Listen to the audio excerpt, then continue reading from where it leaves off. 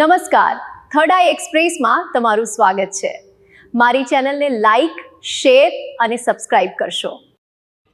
બગદાણાના ચકતારી મારામારીના session કોર્ટમાં 8 આરોપીના જામીન મંજૂર।